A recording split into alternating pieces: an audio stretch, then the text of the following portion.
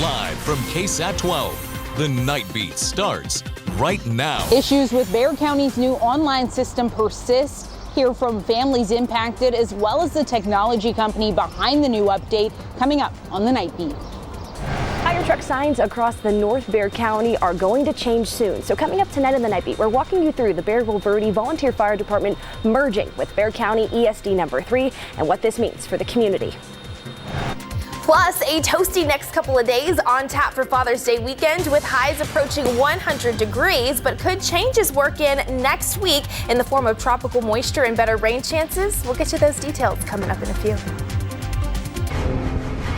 But first tonight, we start with a big problem that hasn't been fixed, and it's causing all kinds of issues at the Bexar County Jail. Now, we've told you about the county's new Odyssey portal system. It's supposed to keep track of court records, cases, things like that. It was implemented to simplify the justice system process. But for the past week, it's also being blamed for missing court case information, wrong verdict outcomes that reflected online, and also delays in people being released from jail. And that specifically is something that we asked Bexar County Sheriff Javier Salazar about today during our KSAT Q&A segment. The system itself shows about 200 people more that are in the jail than what we know are actually there based upon, we're literally going through and hand counting inmates and looking at our paper system. And so there's still a disconnect between how many the system says should be there and how many we know for a fact should be there. So about that disconnect, the sheriff says that it's because of Odyssey software. The night team Zaria Oates shares the frustrations of two parents who are dealing with the problems that the system created. Tonight, 24-year-old Vernon Hampton sits in his living room. Come here, Tiny. With his comfort cats and his mom. This time last week, he was sitting inside the Bexar County Detention Center. I was in there for 9 days, going on 2 weeks. Hampton was arrested May 31st for an alleged assault during a mental health crisis, while his mom spent more than a week fighting for his release. They couldn't find him in the system, and then one said he was going to be out, and then he never got out. I spoke to Hampton's mom, Joanne Harrison, almost a week ago. She tells me she didn't receive a call from the jail with an update on her son's status until June 8th. A call she says came just minutes. What she's been dealing with while trying to bring her son home. After our story aired on the Nightbeat. Surprised that they even called. And this was at 10:30 at night, 11 o'clock at night when they called. Our magistrate, it's, to be honest, it's terrible. The issues at the jail are also a concern for this man, whose daughter was arrested late Wednesday. He asked to remain anonymous for his daughter's safety and privacy. There's people who've already been in there for 3 or 4 days, and the average person is not being able to get out for 3 or 4 days as opposed to just a normal 16 hours. Both families say they just want accountability. I want somebody to be accountable for everything that happened to him. Tyler Technologies, the company behind Bexar County's new Odyssey online software, gave me a statement earlier this afternoon, but that was after we reached out several times over the past week. That statement reads in part, quote, "We have been working closely with the county to address and resolve implementation concerns," end quote. Okay, so let's look ahead here. Is there a solution, an end game, light at the end of the tunnel? No end in sight, at least not for right now. The issues seem to be snowballing out of control. Earlier this week, the sheriff's department told me that they're actually about to reach capacity inside of the jail, and they're having to outsource because they're at about 98% filled. So they're outsourcing to other counties for those inmates to get a bed. So long road ahead, really. All right. Well, thank you for staying on top of that, Zaria. Thank you. Now, by the way, the Bexar County, not the only place dealing with Odyssey problems. We spoke with a district attorney in North Carolina where Odyssey has also been an issue. Bexar County is not alone in Texas in experiencing those issues. I know that recently Dallas has had their fair share of issues as well. So I'm not necessarily surprised by it. So that was Mecklenburg County District Attorney Spencer Merriweather. He says that a year after the county started using Odyssey, they're still dealing with setbacks. You could hear more of his conversation with our Erica Hernandez, streaming across all of our KSAT platforms. He was the CEO of Laurel Ridge Treatment Center, an organization that helps kids. And now this man that you're looking at, 45-year-old Jacob Cuellar, is accused of continuous sex abuse of a child. Now, the child there spoke out 2 years ago when she was just 11 years old. And according to a report from San Antonio police, that abuse may have been happening as far back as 2017. Police arrested Cuellar yesterday. He's since bonded out of jail under the condition that he can't have contact with anybody under the age of 17 who's not a listed family member. Laurel Ridge Treatment Center is a mental health facility, by the way, for both adults and children. And we called them. We asked them for a comment on Cuellar's arrest, but we haven't heard back. Now to a different CEO who lost his job earlier this week. So the people that you're looking at right here are frustrated after Ed Hinojosa was removed as CEO of Opportunity Home. If we don't get it, shut them down. Wow. You just heard from members of the Coalition of Dignified Housing. They were protesting today at City Hall. And what they want is Hinojosa to be reinstated after the Housing Authority's Board of Commissioners cut his contract. They cited a, quote, need for fresh leadership to propel the organization into a new direction. That's what they said. Now, Hinojosa supporters, they liked his plan to get more funding for public housing right here in San Antonio. So the coalition, along with District 5 Councilwoman Terry Castillo, they plan to keep asking questions about why Hinojosa was dismissed. Lots of questions tonight after a body was discovered earlier this morning at a northeast side park. Happened at John James Park off of Ritterman Road. Now, right now, we still don't know if that body was a male or a female or even how it got there. In other news now, to a Nightbeat update, people in the Harlandale-McCullum area can have peace tonight. They can sleep easily because the stray dogs that had been roaming their area have finally been caught. KSAT brought that story to you last night. And after our reporting, the city's Animal Care Services says that it found those animals. Now, cell phone and doorbell camera videos, you're looking at it right there, from the video from the neighborhood show a large pack of dogs roaming the area. And ACS says that it caught one dog from that pack and then picked up 4 other dogs and returned 2 dogs to their owners. So finally, some peace for people in that area tonight. Now, happening right now, several portions of roads are closed at the I-10 Loop 1604 interchange. You knew this was going to happen. Those closures went into effect a little over an hour ago. It's part of an ongoing road construction project that's been happening nearly every weekend. Still don't like it, though. Can't get used to it. The roads should reopen Monday morning at 5 o'clock. Now, if you've gotten stuck in that traffic before, you know it's not fun. So that's why we're reminding you to keep up with our KSAT Traffic Authority page on KSAT.com. If you scan that QR code right there, you'll see a full list of road closures and detours across all of San Antonio. After nearly 60 years of service, the Bexar County Volunteer Fire Department is seeing some changes. The department is now merging with Bexar County Emergency Services District Number 3. And as the night team's Avery Everett tells us, that change is based on the area's growth. When the lights and sirens turn on, time is ticking. But when you finally find time to slow down and read the signs, you'll soon see changes in North Bexar County. It was time to really merge into operating within the county sphere. The Bexar Volunteer Fire Department is consolidating into Bexar County Emergency Services District Number 3. 58 years. Began 1966. Photos show this department's nearly 6 decades of history. But change in this part of North Bexar County could never be predicted. How did the growth of this area of Bexar County really impact this merger? Well, it's all part of it. Calls for the fire department have soared since 2017, showing a growing need for more resources. Jerry Bialik with Bexar County says this consolidation is the result of years of discussions. The operating model needs to change. So what does this merger really mean? Well, residents won't see much of a difference. Same people, same trucks, same stations, same operations. The volunteer fire department had a service contract with the Emergency Services District for years. Now the contract is gone, as well as the word volunteer. But we're still going to have volunteer firefighters. We kept everybody, and so it was a pretty easy move. Staff and buildings will stay the same, but signs will soon be reprinted. Still working through some of the semantics. While this department's future looks a little different, much will remain the same. No drop in service. Because whether it's ESD or VFD, it doesn't matter. You don't know. you want to hear that truck coming.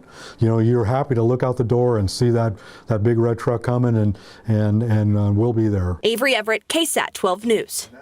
And just this week, Bexar County ESD number 3 announced plans to build a new fire station on Borgfield Drive, and it should break ground in January. Now let's go to your Nightbeat news flash. The U.S. Supreme Court striking down a Trump-era ban on bump stocks. Those are devices that can make a semi-automatic rifle fire hundreds of rounds a minute. Former President Donald Trump banned bump stocks after the 2017 mass shooting that killed 58 people at an outdoor music festival in Las Vegas. Today, Pope Francis became the first pontiff to ever attend the G7 meeting. He went before President Biden and leaders in Canada, France, Germany, Italy, Japan, and the UK. Now, he focused on artificial intelligence, telling leaders that they should make sure that AI remains human-centric so that people, not machines, are the ones making decisions about how to use weapons or less lethal tools. By the way, the Pope has called for world leaders to also sign an international treaty to make sure that AI is used ethically. And that's a look at your Nightbeat news flash. It's nearly 93 degrees in the hallway of a senior living facility and 97 in at least one apartment. Tonight on the Nightbeat, we try and get answers for those living in the Wheatley Court senior living facility.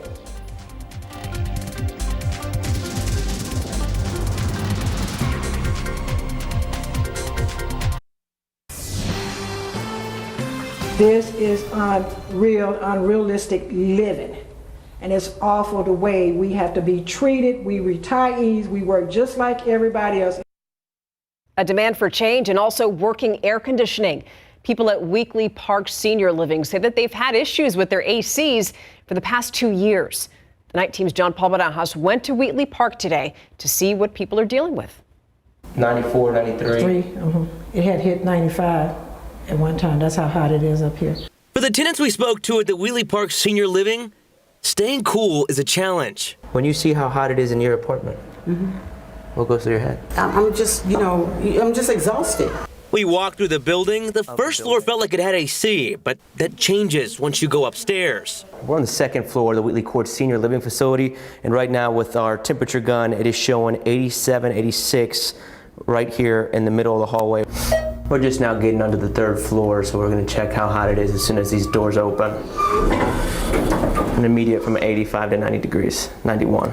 Because we can die in any circumstances. We've had seniors fall out on the front step of this property because it got too hot. I emailed Opportunity Home San Antonio about the air conditioning issues this afternoon. At 3:29, a spokesperson told me that Wheatley Park Senior Living is a partnership property and referred us to the management company, McCormack, Barron, and Salazar. At 3:35, Opportunity Home emailed me again to clarify that it no longer owns or manages Wheatley Park. I reached out to McCormack, Barron, and Salazar via email around the same time, but have not heard back. If you weren't going to provide the amenities that you advertise, then you shouldn't have advertised them. The best thing in the world, what we asking for, help. John Paul Barajas. Help. KSAT 12 News. I hope they get that help. I was looking up here. Temperatures above 90 degrees are considered to be dangerous for the elderly, especially when there's a lot of humidity, which there was today, and there has been. And it says that, as we grow older, sweat glands don't, really produce as much as they did. So you don't have that sweating to cool you off when you're older. So I really hope those people get help. Most definitely. And considering it's only June, right? Like this is the start of what's going to be the hottest month this year. So we've still got a long way to go. So yes, it was a hot one out there today. 97 degrees was our official high temperature here in the Alamo City. That heat is not going anywhere into the upcoming Father's Day weekend. High pressure is still very much in control, so highs will climb to near 100 degrees both tomorrow and into Sunday. However, after that, we are looking at the potential to see a few changes work into the forecast depending on how tropical moisture moves into the state of Texas.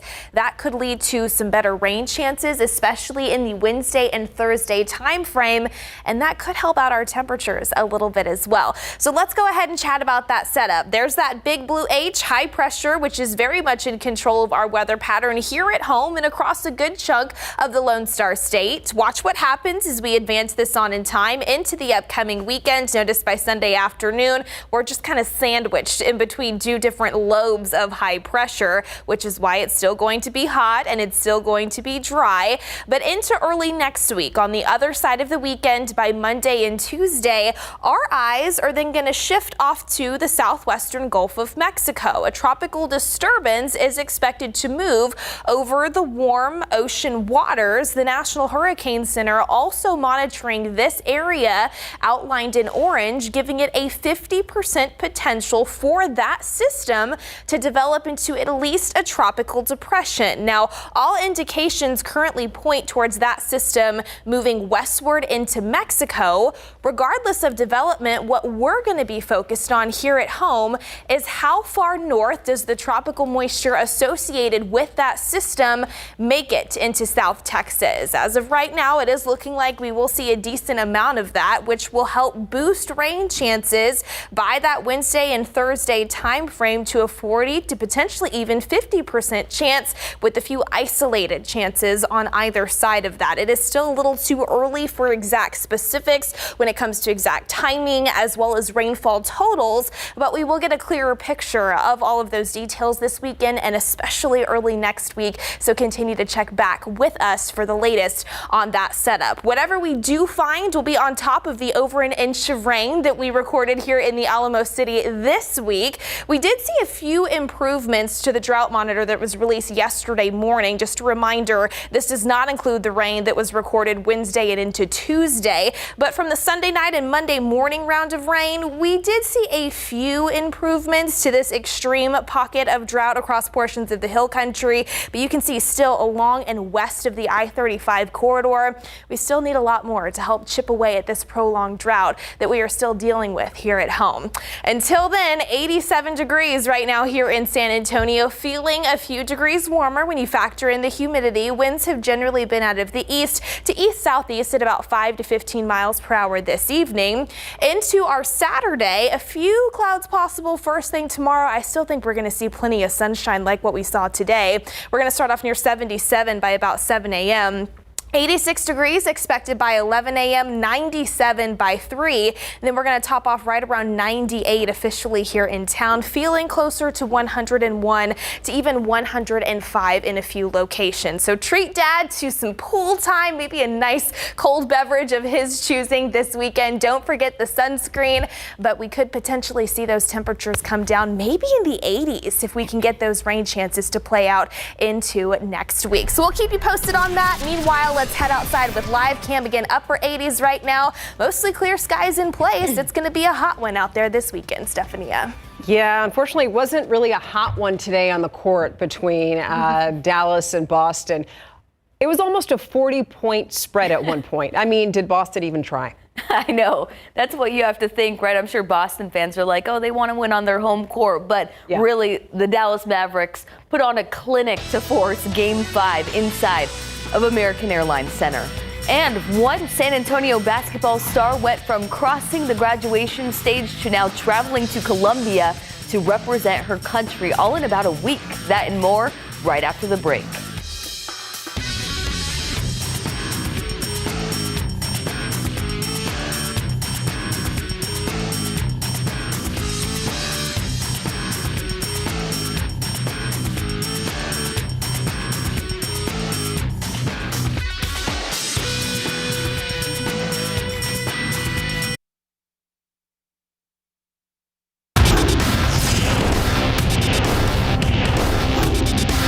You're always looking for where you can create an advantage.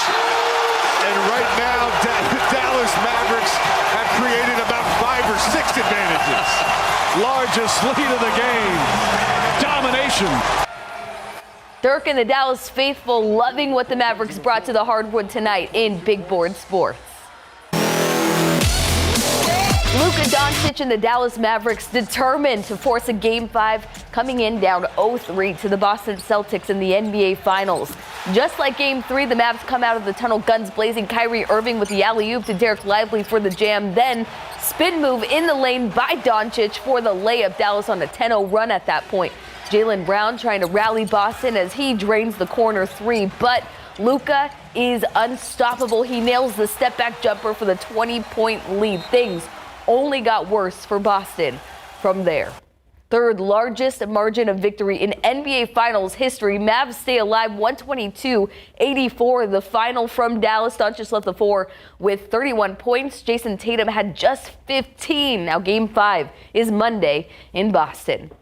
It was an eventful second round of the U.S. Open taking place in Pinehurst, North Carolina. After Sepp Straka made a hole-in-one earlier, Francisco Molinari with the second ace of the day on the last hole. This shot is the reason Molinari made the cut at +5. Meanwhile, Tiger Woods misses the cut after posting a 7-over through the first two rounds.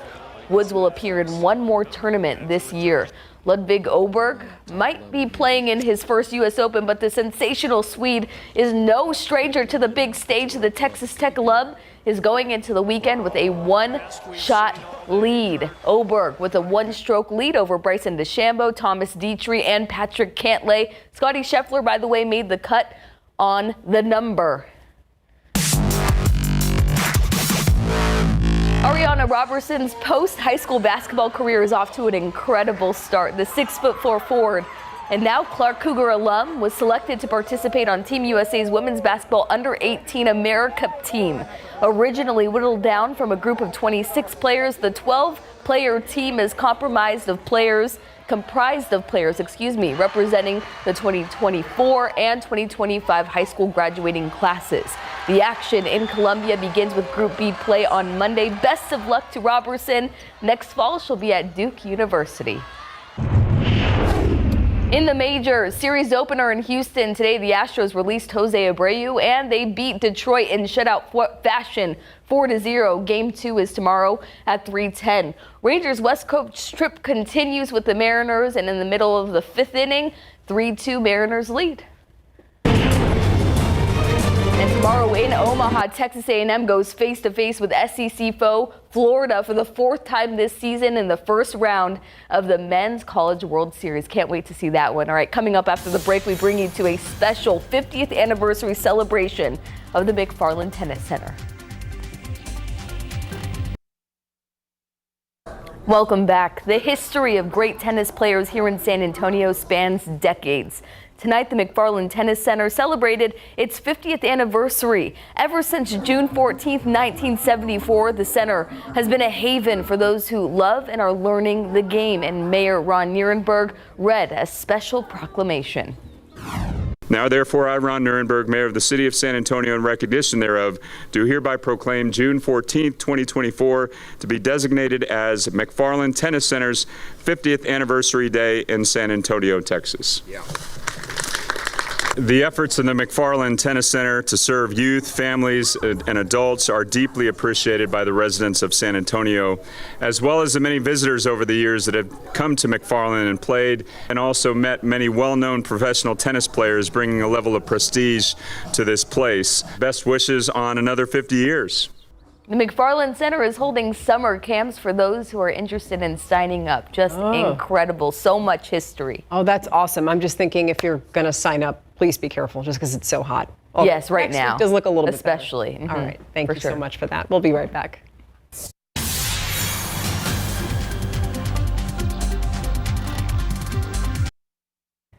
It's been a long week, a hot week. Thank you so much for staying up with us. We really appreciate it. Happy Father's Day to all the wonderful dads out there. Have a great weekend.